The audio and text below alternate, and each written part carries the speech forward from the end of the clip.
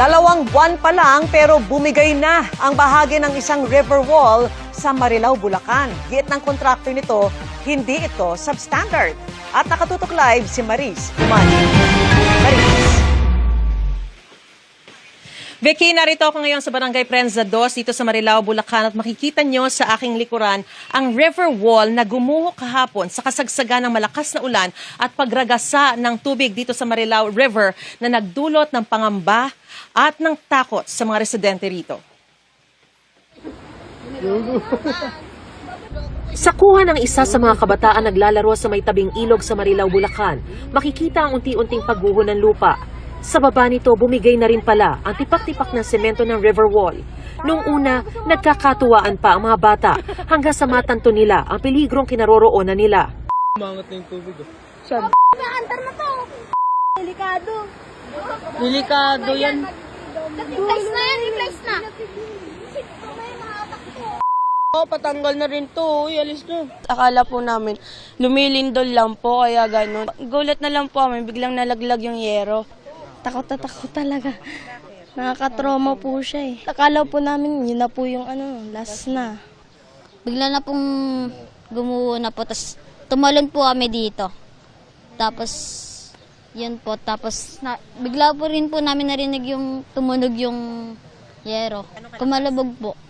Kwento ng isa sa mga kabataan, umaambon na lang nung panahong naroon sila, pero malakas ang ulan nung umaga. Parang lalamunin po kami.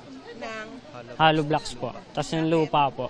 Kasi na po sa amin, papunta na po sa amin yung hollow blocks tapos yung lupa. Labis din ang takot ni Meiji, lalo't ang bahay nila ang isa sa mga nakatayo sa ibabaw ng gumuhong river wall. Nangamba po. Tsaka medyo yun na-shock kasi nga baka pati kami madamay dun sa pagguho. May mga bata po dun sa kaya medyo na-bother ako. Ayon sa punong barangay ng Prensa 2, wala pang 2 buwan ang lumilipas mula nang matapos ang river wall. 5 milyong piso raw ang halaga ng proyekto, kaya nagulat silang nawasak agad ito. Tuwing sasapit ang bagyo, sasapit ang panahon ng tag-ulan, unti-unti hong nagugumuguho yung mga lupa dito sa gilid ng ilog. Pagka gumuho na yung mga lupa natin dito, kasunod ho nito yung mga bahay na ang susunod na babagsak.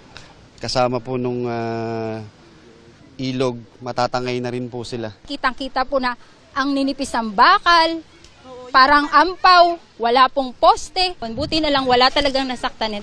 Sobrang disappointed na naman kami sa ganitong project na substandard. Pero sagot ng kontraktor ng naturang proyekto, Hindi po siya substandard. Ang nangyari po dyan, sinunod po namin yung sa program of works, kung ano po yung mga nakadesign, kung ano po yung mga gamit na bakal, mga kapal po ng semento, sinunod po namin.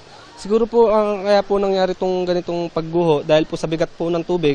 Kasi po pagka ang lupa nalagyan po ng tubig, bumibigat po ng todo. sabi ng alkalde ng Marilao, pinaiimbestigahan nila ang nangyari. Sunod-sunod po kasi yung malakas na ulan and yung agos po ng tubig sa ilog, sobrang lakas din.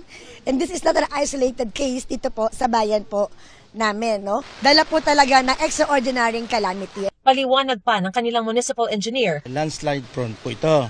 Sa laki ng project nito, dapat po national po ito. So sa kagustuhan po ng ating mahal na mayor na talagang delikado po yung lugar, agad niya po itong pinondohan. Awal na rin sa amin yung to improve our design. Binisita rin ni Mayor C ang sitio Patulo, Barangay Loma de Gato, Marilao, kung saan nagkaroon din ng landslide. Pati ang Kingsport Warehouse Santa Rosa, kung saan bumigay ang sheet pile at nagkabitak-bitak ang lupa. Sa Pulilan, Bulacan naman, gumuho ang isang bahagi ng isang bahay sa gilid ng Angat River. Lumubog kasi ang isang bahagi ng ginagawang riprap na tinutungtungan ng bahay. Wala namang nasaktan sa insidente. Buo yan eh. Buo nga yung likod na yun.